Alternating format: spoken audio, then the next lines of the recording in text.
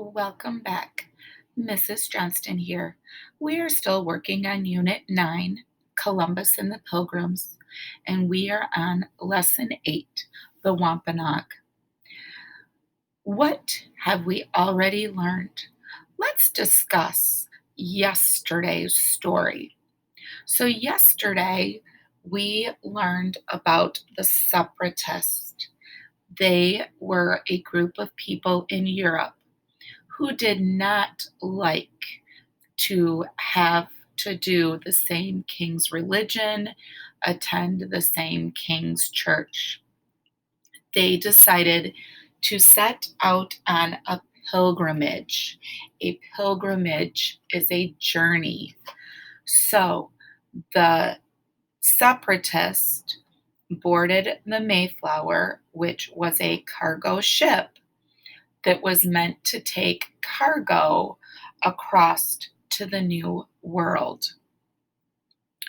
They later became known as the Pilgrims because of them going on the pilgrimage. So I'm going to ask you some questions. You are going to give me a thumbs up if the answer is yes, thumbs down if the answer is no. Was the ship that brought the Pilgrims to North America called the Mayflower?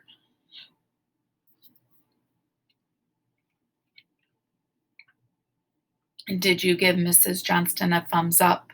That answer was yes. Was finding gold one of the dangers the Pilgrims faced on their trip?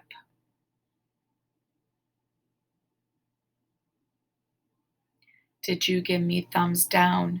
That answer was no. Did the Pilgrims sail to and land in America in 1620? Did you give Mrs. Johnston thumbs up? That answer was yes. Remember, in a previous unit, we learned about Native Americans already.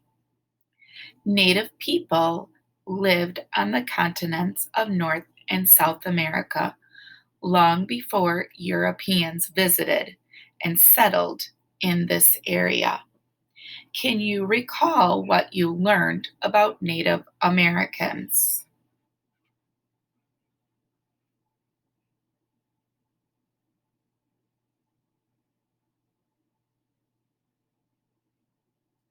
Native Americans had their own way of eating, dressing, and living, depending on the particular region where the members of the tribes lived. In today's read aloud, you will hear a little bit about a tribe called the Wampanoag, who lived in Massachusetts. Listen carefully to find out what happened after the Pilgrims reached their destination. The Pilgrims anchored in a harbor off the coast of what we now call Massachusetts. According to legend, a legend is an often told story that may or may not be true. When they were looking for a good spot to land, they saw a huge rock sticking out of the water near the shore. They used a little boat to get people off the big ship. Do you remember what the Pilgrim ship was called?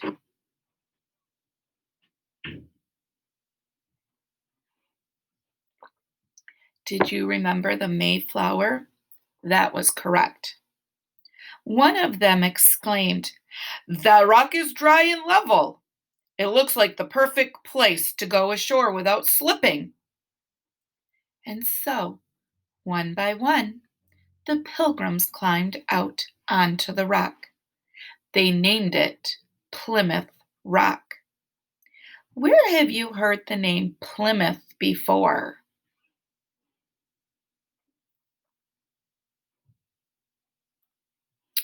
It was the name of the town in England where the Pilgrims started their voyage. If you visit Massachusetts today, you can still see Plymouth Rock, or at least a rock that could have been Plymouth Rock.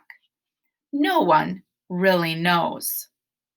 What we do know is that when the Pilgrims first landed in America, they slept aboard the Mayflower until they could decide on a place to start their colony. After exploring for days, they found an acceptable site. Once they were all ashore, the first thing they did was to get down on their knees. "Let us praise a prayer to the thank God for arriving safely in our new home," they said. Of course, it was not really a home yet. Much difficult work lay ahead. They gathered supplies from the Mayflower, and braving cold November winds, they set about clearing the land. They rushed to build log homes before the snows of winter came, and they decided upon a name for the new settlement. The word long means something made from trees. They named it Plymouth Colony. One day, as the Pilgrims were working in their new colony, two strangers stepped out from the forest. They stopped what they were doing and stared, fascinated by what they saw. Fascinated means very interested in something. The men did not look at all like them, and at first the Pilgrims were alarmed by their presence, their appearance. The settlers stood quietly as the men came closer and closer. They must be Native Americans, they thought to themselves. Were they friends or enemies? They weren't too sure.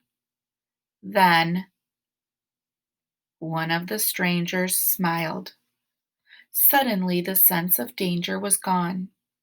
One of the men introduced himself as Samoset and told the colonists, the English people who lived in the Plymouth colony, that he was a member of the Wampanoag tribe of Native Americans. A few days later, Samoset reappeared with a man who would turn out to be the Pilgrims' greatest friend. "I am Tisquantum," he told them. "I am of the Wampanoag people, and I have come to help you." He held out his hand in friendship to them, and one by one, the colonists stepped forward to shake his hand. Tisquantum, or Squanto, as he was called, was able to talk to the Pilgrims because he spoke English. When he was younger, he was forced by Spanish explorers to go to Spain with them. He was able to get free and to travel to England, where he learned to speak English. He was then able to get back to his home country. The Pilgrims did not yet know it at this point, but life was about to get much, much easier. Their lives would get easier in part because Squanto was not the only Wampanoag who helped them. The Wampanoag sachem, or chief, became a great and important friend to the colonists. The chief's name was Massasoit. Massasoit gave the colonist his word that the Wampanoag tribe would gladly share their land as long as the colonists took care of it. "We will teach you how to live in harmony with nature," he told them. Being on friendly terms with the Wampanoag was very important to the Pilgrims' survival. Why do you think the Pilgrims' survival was dependent upon the Wampanoag tribe? In other words, why did the Pilgrims need the help of the Wampanoag native people?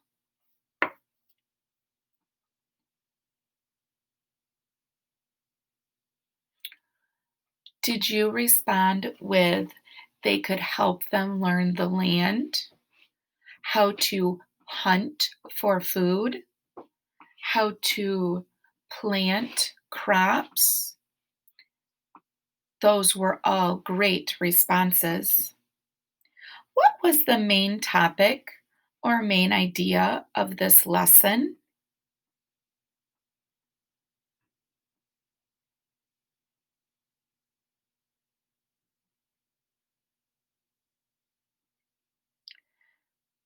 The Pilgrims entered a strange new land and needed help from the native people to survive there. What is the legend of Plymouth Rock?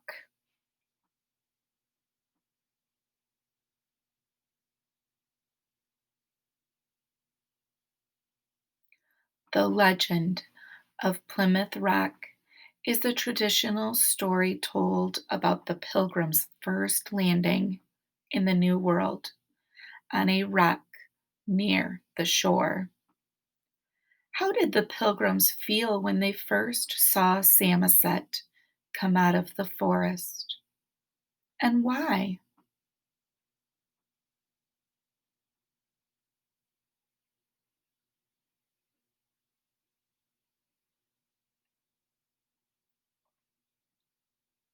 They were fascinated and afraid because he looked different from them, and they were not sure if he was a friend or an enemy.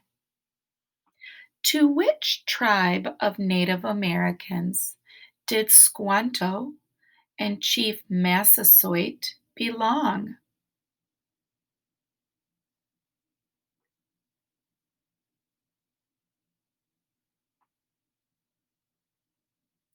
They were of the Wampanoag tribe.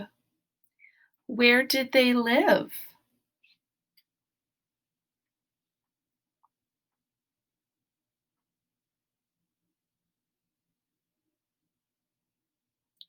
They lived in Massachusetts near the Plymouth colony.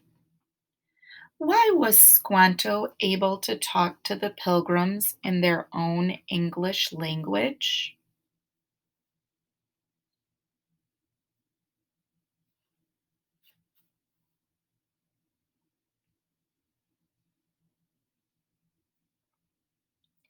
He had been forced to go to Spain, but then got to England, where he learned the English language. He then returned to Massachusetts. Mrs. Johnston hopes you enjoyed our story about the Wampanoag today.